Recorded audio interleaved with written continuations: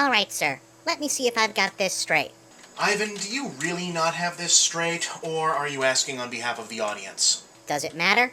Not really, no. The game store arsonist is actually a ninja with the power to manipulate and control fire. Uh-huh. And he calls himself PyroThinker. Uh-huh. Who has a brother named CryoThinker, who is also a ninja with the same basic power, except over ice. Well, technically, I assume he only has power over water, but that he chooses to use it in ice form because that's the easiest to weaponize. But basically, yeah. And they've been destroying arcades and video game stores and calling themselves Thinker as part of some needlessly elaborate plan to draw you into a fight and then kill you. Yup. That seems to be the case. Because you killed their father, Strawman, back in episode 47. Bingo. And they, like their father, are sentient piles of straw. Uh-huh. So, how exactly are they ninjas? Oh, well, they get that from their mother's side, of course. Oh, of course. Wait, what? Well, as it turns out, back in the late 90s, Strawman actually had an affair with one of the lady ninjas from Mortal Kombat. Wow, which one? The fuck should I know? It's a black and white photo. Still. How do you find this out? Find out? It was on his resume. Fathering 2 half-ninja sons, though, that he somehow never mentioned. Huh, so what now? Now, Ivan, I need you to get these samples down to the police station. Commissioner Bunnyface thinks the boys in the crime lab might have a better answer for us. Yeah, that makes sense. And you? Bunnyface says somebody saw a video creature down by the pier, so now I've got to go check that out. Plus, I've, got to do the actual episode. Unless you wanted to help with that, too. I don't know. What's the topic? The 1-year revisitation of Other M. Ha! You're on your own with that one, sir. Alright then, let's go.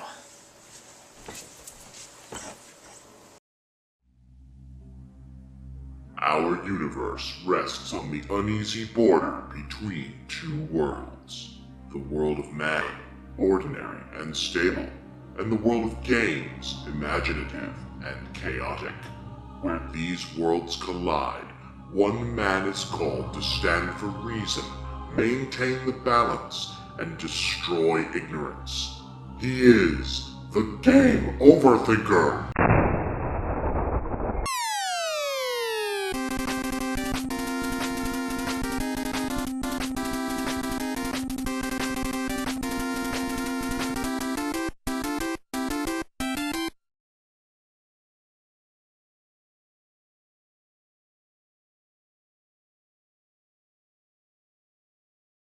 Just a hair over 1 year ago, I dedicated this show's 40th episode to offering what turned out to be a largely contrarian analysis of the now infamous title Metroid Other M. And while a lot of crazy stuff has happened here since then, new friends, new enemies, interdimensional wormholes flooding the real world with video game characters, this episode remains by far the most controversial and talked about thing that I ever put out. To date, episode 40, Heavens to Metroid, has generated columns, blogs, response articles, response videos, and piles upon piles upon piles of email. Some of it positive, most of it negative, and to be perfectly frank, most of that seeming either to miss or intentionally mischaracterize my point. If nothing else, the whole experience served to teach me what I now consider to be the #1 rule of internet survival. If the internet, especially internet gaming culture, has already made up its mind about something, and you're gonna dare to offer a dissenting opinion, you'd better be prepared to reap the shitstorm. The #2 rule, incidentally, seems to be, don't do a Let's Play of Bart's Nightmare. Yikes. Alright, so before I go any further here, it's time for some logical inoculation. No, I am not saying you are wrong if you didn't like the game.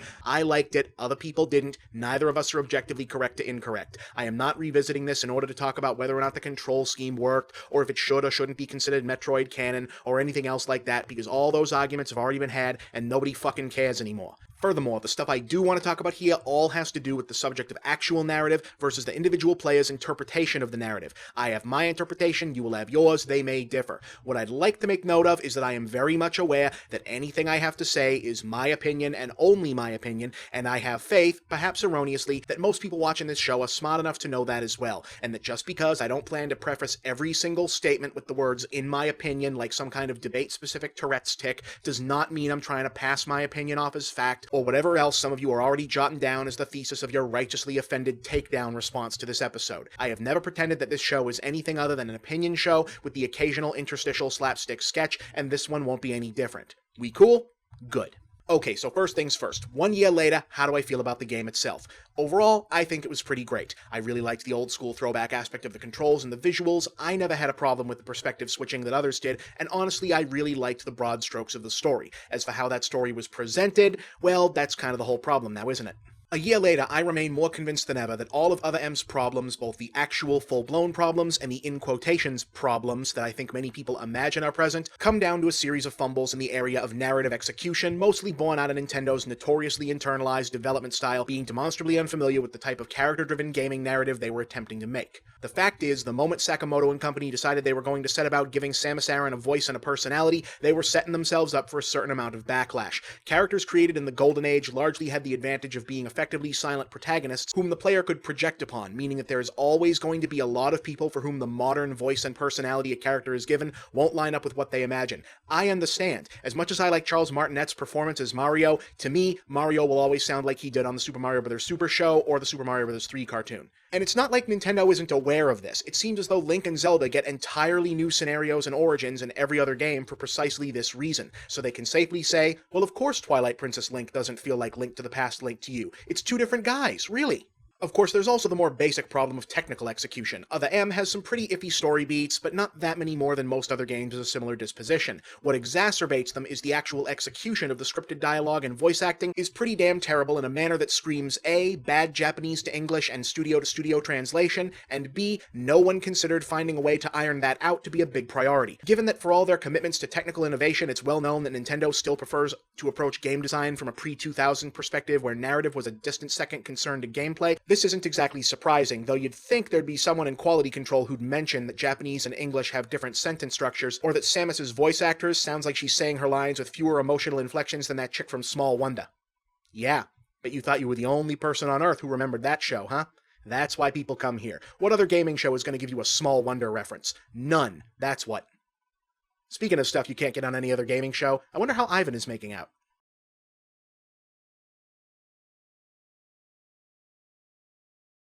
Wow, that is some fascinating new insight into CryoThinker and PyroThinker's DNA profile. Wow, they get donuts here! But enough beating around the bush. The real reason Other M caught so much flack was because many folks felt that certain elements of the narrative-gameplay interface served to undermine Samus's vaunted position as an atypically strong and independent female game hero, and the reason I caught so much flack was for disagreeing with that argument, or at least the premise from whence it came. I'm not looking to rehash the whole thing. The main points of contention are that she neglects to turn on her various weapons and armor functions until authorized to do so by her one-time commanding officer Adam, and that at one point she freezes up when confronting Ridley.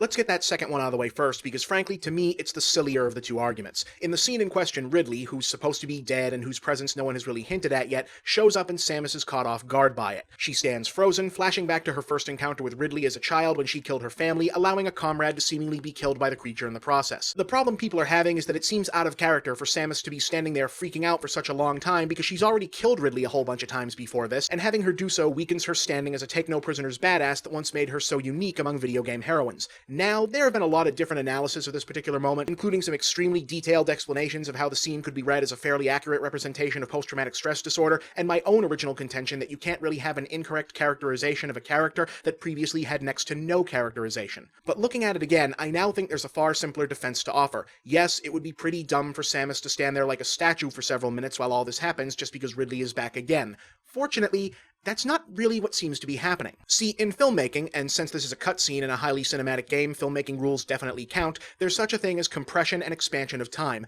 i.e. instances where various visual cues are used to imply something occurring on screen is actually happening much faster or slower than we're seeing it. In the scene in question, unless Space Armor has an unnamed randomly turn me into a toddler option, the use of a visualized flashback is a fairly good indicator that what we're seeing is an expression of how long the moment feels to the character, as opposed to how long it actually takes to happen. The other indicator of this is that Ridley and the various atmospheric effects are clearly moving at a slightly slower speed and the scene's focused around Samus, while Adam's view screen and Anthony himself perceive things moving naturally. I don't expect that to be a satisfactory answer to those who don't want to see this particular character show any fear or apprehension at all, but I do think the fact that this is not supposed to imply person inexplicably standing still forever is an important distinction, at least in my opinion. But that's the lesser of the two issues. The big one, the one that I'm inclined to view as both the biggest failure of presentation on the game's part, but also the biggest instance of overreaction on the fans' part, surrounds the character of Adam Malkovich, so let's talk about that. If you're not intimately familiar with the Metroid games, you're probably not watching this, but just in case, the games are built around the idea of an open world design with certain areas only accessible once you've acquired a certain weapon or armor upgrade. In most Metroid games, and most games of the same style period, the question of why don't you already have all the weapons you'd need is typically hand-waved with an explanation about a ship crash or leftovers from a previous mission. Other M opts to try for a different story-based solution to the same setup. Samus has agreed to follow the orders of her former commanding officer and wait for a certain higher-level weapon and armor function to be authorized. Silly? Yes, especially the now infamous sequence where you have to go halfway through a fire level before Adam informs you it's okay to turn on your armor. Sillier than just happen to find fireproof armor halfway through a fire level? No, I don't think so.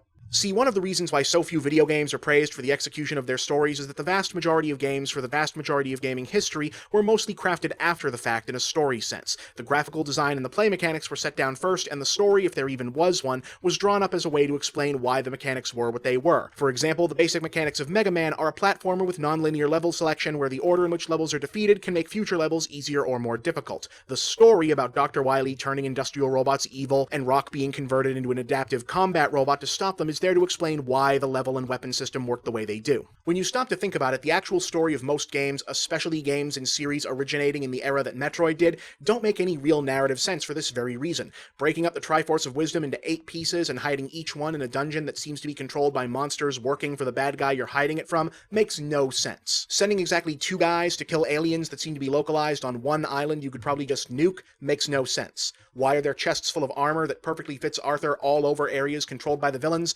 Dumb, and that goes double for the various narrative contortions the Metroid series continually finds to send Samus running through caves inexplicably stocked with various suit-compatible weaponry. I mean, if we had to encounter most classic video game characters and scenarios in fleshed out 3 dimensions, they'd all look ridiculous, if not completely insane. So why did the silly authorization mechanic in Other M bug people so much, while the just as silly weapons hidden in floating bricks mechanic in Super Mario Bros. Never bother anyone? For me, it has to do with abstraction. See, part of the reason we can accept everything from improper physics to nonsensical character behavior in retro games and new games that affect a retro flavor is that the decidedly non-real way in which they were presented, i.e. pixel art, limited colors, and on-screen text instead of spoken dialogue, gave the whole scenario of an air of defined, consistent unreality. We were given to understand that what we were seeing was an abstract representation of a bigger story told in the format of an electronic game. The Space Invaders were probably not really attacking in that oddly and ineffective formation. The real thing probably looked more like ID4. Princess Peach doesn't act like any human being you've ever met because she's not human. She's a digital cartoon in a video game with unblinking pixelated eyes and white text instead of a voice.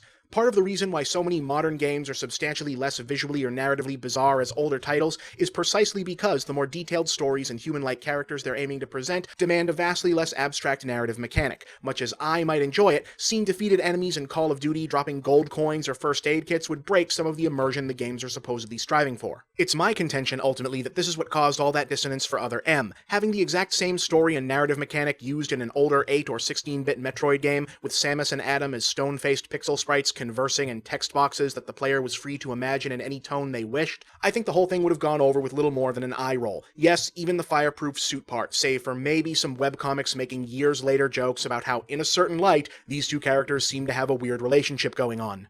But instead, Other M opts to have its SNES-era narrative structure driving a current-gen game, where the characters have voices, physical presence, and expressive faces. So it just looks weird, and even though it's borderline preposterous to suggest that Yoshio Sakamoto, Nintendo, and Team Ninja set out to make Samus Aran look like a submissive, codependent train wreck, that's the unintended implication of how badly flubbed the narrative integration played out. They probably didn't mean for it to feel that way. It's pretty obvious that this was simply a matter of a designer and an IP holder refusing to acknowledge that new graphical rules has to mean new storytelling rules too, but that's how it played out for a lot of people. Holy crap, is whatever they wanted me to kill even still here? Hopefully Ivan is having a more productive experience at the police station. Ivan likes donuts! Ivan likes donuts! Ivan likes donuts! Ivan likes donuts! One more thing I'd like to touch on before we call this one a day. In the original episode, I responded to some of the dime store cultural criticisms of the game that tried to pin the perceived misogyny on broader gender issues at work in Japanese society by using the blanket term Japanophobia. And while that may have seemed harsh, I see no reason not to stand by it. As I mentioned a moment ago, it's pretty clear to me that what many perceived as either misogyny or a troubling view of relationship power dynamics in the story was obviously the result of an awkwardly integrated mechanic as opposed to some sinister anti-woman agenda on the part of the designers. And I'm sorry, but going directly from accusing Sakamoto etc. of such things with an obvious lack of hard evidence to painting his entire race and culture in similarly wicked terms is unconscionable and yes, pretty damn close to outright racism. Yeah, I said it. I am sick to fucking death of seeing random sensationalist articles and pictures of squicky advertising trotted out on the web for quick rounds of "Heard there, Japan is so weird and wrong" on the forums. I'm sorry, but while it's perfectly valid to suggest that Other M's central relationship can be read with unfortunate implications, however unintended, jumping directly from that to arguing, well, of course the game hates women. It's Japanese. Their whole culture hates and degrades women. I know because I saw an article about panty vending machines online that one time, is bullshit. And gamers who are allegedly so high-minded as to be offended on behalf of Samus should know better. It's one thing to have a problem with Other M's execution of its own story, but to suggest that it has to be intentionally sexist because you know Japan is like that is like if an action game was made in Saudi Arabia and someone said, "Dude, you know it's gonna have great explosions because Arabs all know everything about bombs." Yeah, that's how ignorant and ugly you look propping up the Japan hates women argument vis-a-vis this particular game. And so, yeah, Other M, solid game, old-school narrative mechanic didn't fuse well with modern storytelling techniques at all, and as a result you get an awkward story that can be read in a very unfortunate way, though I maintain that most of what people do read into it was never intended to be there. And that's all I've got left to say on the matter, 1 year later.